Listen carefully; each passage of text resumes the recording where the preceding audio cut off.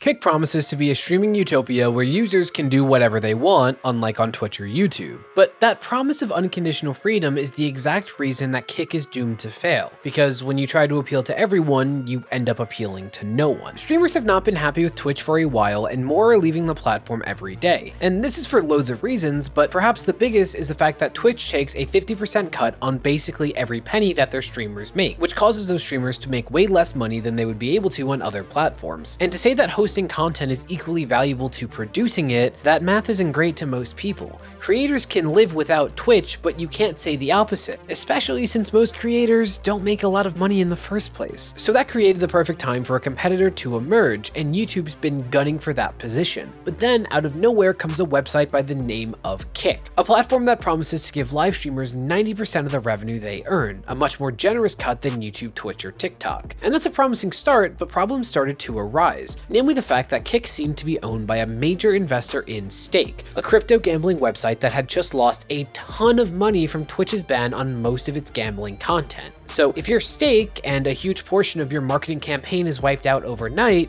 what do? Many top streamers have speculated that Stake saw benefits in creating their own streaming site, even if it barely broke even. The idea was that this platform, with gambling content encouraged, would compensate for their lost marketing, making it a worthwhile endeavor. So Kick is born. But these ugly truths are exposed right from the jump, and a lot of Kick's actions drew criticism for lacking transparency towards the very creators they were trying to appeal to. For example, Trainwrecks TV has been acting as the spokesperson of the website, leading people to believe he was its founder. But that wasn't the case. In fact, the exact nature of Trainwrecks' relationship to Kick is still yet to be disclosed. But even with all of that, if they can get the right people on board, Kick could be a major threat to Twitch. Enter Adin Ross. See, Adin Ross is an infamous streamer. I've already gone over some of the reasons why, but in a nutshell, he just kinda sucks as a person. The most obvious example of this was when he confessed to getting paid to promote a scam to his audience while laughing about profiting at their expense. By the way, that MILF token I did a while back, I already told you guys don't buy that shit. I got paid a bag to do that shit. Like, I don't give a how many of you guys actually bought it? That, mixed with some not so great collaborations and statements of his own, has led to Adin being banned from Twitch numerous times. Most recently, he received a ban for platforming unmoderated hate speech, which was actually his own chat from Kick. And this ban seems like it could be permanent. So after Adin Ross said that Twitch was silencing him on Twitch while he live streamed to over 60,000 people, he moved over to Kick permanently. And he went on to say that a lot of this decision stemmed from Kick allowing free speech, which is something you hear a lot of new platforms or new platform owners promoting as the hook of their website. They won't silence you, they won't take away your right to say whatever you want, even if you say something that upsets a lot of people. I mean, hear from Adin Ross himself. Doing unlimited, we can literally watch together. I can off of the, no, I'm still celibate. But if I wanted to, we can do whatever the we want. There's no terms of service over there. You guys can say whatever you want in my chat. Nobody can get banned. And very quickly, Adin Ross found himself as the face of Kick, becoming their most viewed streamer almost instantly. And if you remember the PewDiePie days, the face of a platform can do a lot to elevate the platform's brand and reputation, but can also be what destroys it. And that clip of Adin Ross incorrectly saying that Kick has no terms of service, basically no rules, he's been putting that to the test. Just in the last few months, he's streamed the Super Bowl despite seemingly not having the legal right to do so, frequently said gems like this. Train, I have a question. Can guys get raped? Yes. Guys can get raped? Yes. Can you give me an example?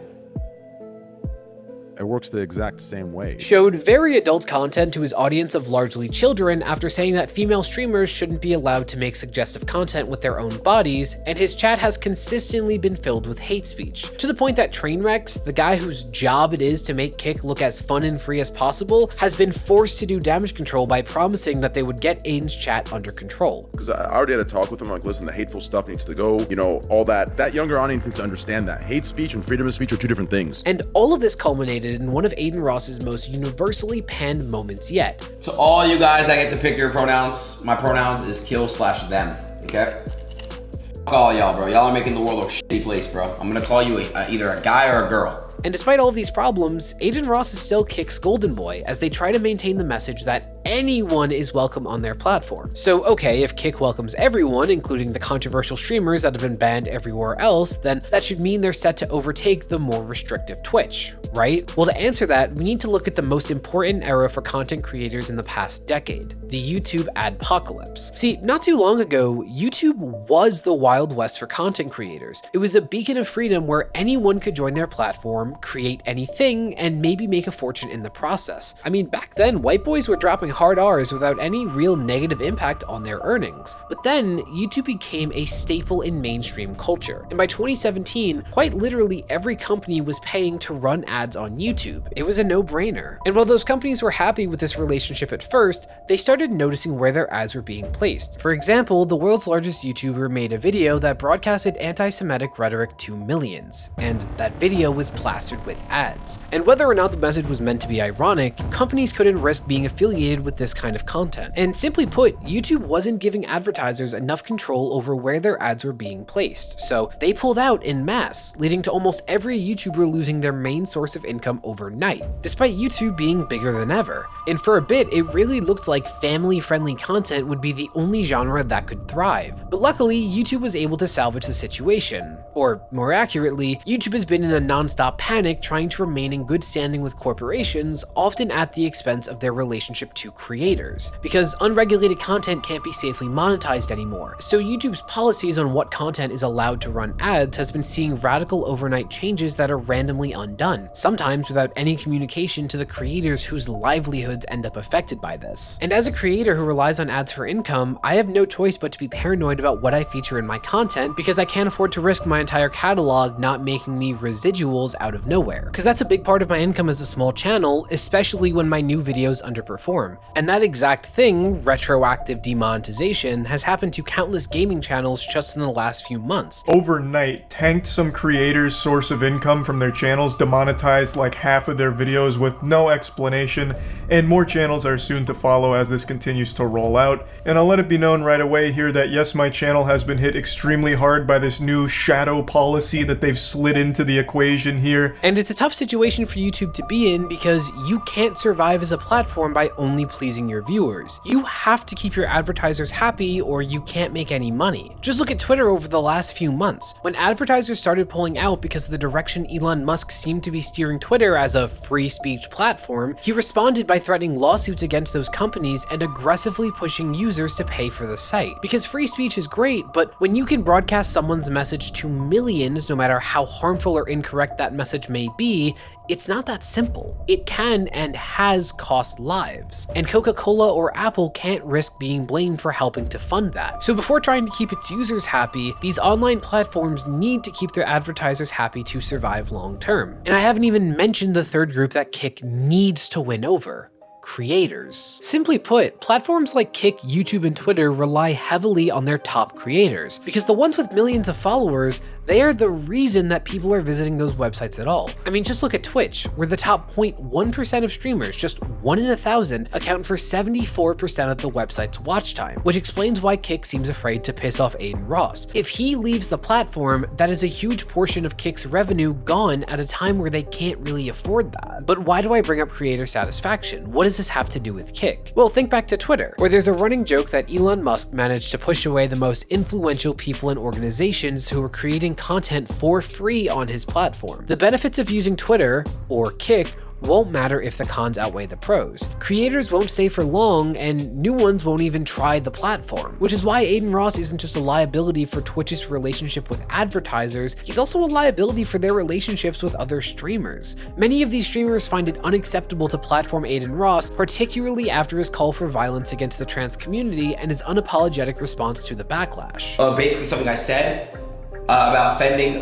some type of group of people, and I just want to, from the bottom of my heart, apologize for absolutely nothing. Okay? I'm Adin Ross, and Adin Ross is gonna say what the he says. So when Kick has Adin acting as the face of their website, with clips like this going viral every other day, it creates a significant problem, which is clear when we see Trainwreck struggling to keep Adin on Kick while keeping him in line. Yo, Adin, if you're watching this, brother, I would argue that you have the You're too scared to lead a group of kids younger than you. You're given to what they think of you. And not to mention, you would be 6 times your size if you put your foot down and you led your community instead of being led by them. What you did right there about saying, oh, I apologize for nothing. That wasn't you. I know who you are off stream. That wasn't you. That was literally the insecure you that's pandering to a bunch of kids and is fearful of what those kids might think of him if he apologized. You're scared of what kids will think of you because you'll look like a bitch to kids. Which can't be done, because Adin Ross is already a millionaire that can mobilize his audience to another platform, so there's not much he can be threatened with. This back and forth not only makes Kick unappealing to big streamers, but also lures a particular type of user, those who enjoy spewing hate without consequences. But saying that Adin Ross could hurt Kick this much might sound like a reach, right? I mean, most people don't prioritize ethical consumption in their daily lives. Just look at Hogwarts Legacy. Despite the strong objections from the trans community and their supporters, the game's success remained unaffected, because most people aren't young progressives that have to take social responsibility into account in their daily lives. So most people probably don't care if Kick allows offensive or harmful content. I think that's a fair statement. But that's why I explained how big streamers are the lifeblood of Twitch and Kick. Because Kick isn't trying to appeal to most people, but a very small group of them, the creators that attract users. Those creators are called influencers because they influence, and influencers who are primarily young progressives must consider social responsibility or they risk losing their influence and income. So let's say Ludwig, Pokimane, or Hassan announced that they were moving to Kick. That would be huge. Millions of people would now have a reason to use the website. But from the perspective of these creators, they're already incredibly wealthy. They don't need more money from Kick. And while greed does exist, job satisfaction is also important. What do I mean? For one, they would receive an insane amount of backlash. You're talking about hundreds of thousands of people speaking out because they don't approve of Kick for any of the several reasons I've mentioned. And that could be a permanent mark on their reputations, which would be a problem since content creators, they usually have to be liked in order to get anywhere. Secondly, there's chat. Dead air or silence in your content guarantees that you are going to lose people, which is where chat comes in. If you have nothing to say, no worries. You have a never-ending supply of conversation starters updating every second. But when your chat isn't safe, it takes away your ability to rely on it. If you're facing controversy, for example, and all of chat is insulting you, you're probably not going to be on your A game and might have to ignore it altogether. And if your chat is a cesspool of harmful or offensive language, you'll probably have to dedicate more resources towards monitoring it, or people will use your chat as a way to comment on your influence as a creator, which isn't even a reach. People tend to appeal to like-minded individuals, right? So now these streamers would be seeing consequences on their reputation and ability to enjoy making content, all for a platform that might not even be here in 5 years. And that doesn't take into account the personal values of those creators who might not want to share a platform with someone like Adin Ross, or might not want to help promote online gambling. The extra millions would just not justify all of this hassle. Now let's get to my final point. Platforms like YouTube and Twitch with tons of moderation and rules in place, they became that way for a reason. They've had years of trial and error and learned that their current structure is ideal for growth and profitability. Assuming it's easy to defy all of that and achieve the same success is not only arrogant, but also likely to end in disaster. I mean, just look at Twitter. They just got rid of verification to shake things up, and they're already going back on that because it turns out verification was implemented in order to solve a major flaw in the website's design and protect them from liability issues. Because when you kick in the door and say you're going to turn the status quo on its head, well, that status quo was probably there for a reason. And that reason is because these platforms have learned that when you try to appeal to everyone, you end up appealing to no one. Allowing hostile users to thrive on your platform will drive away advertisers and creators, as that negativity will likely hurt their businesses. And even Kick is starting to realize that, with Trainwrecks trying to get Adin to fall in line without having to implement actual punishments. Because Kick can't afford to piss off Adin Ross now because they are desperately trying to appeal to everyone. But you can't expect the small minority that actively want to make your platform unwelcoming for others to coexist with everyday people that just want to be left alone. Which brings us back to the big question here. Can Kick succeed at its goal as a company? Without even knowing exactly what their goal is, my answer is no. If Kick aims to dethrone Twitch as the top live streaming platform, they must attract advertisers and creators who can't risk the bad PR from joining a platform with such a poor reputation. And if Kick's actual goal is to recover the revenue lost due to Twitch's ban spend on online gambling content, then they still need to achieve that initial goal of dethroning Twitch. And maybe for Kick specifically, that could be done without advertisers. Maybe.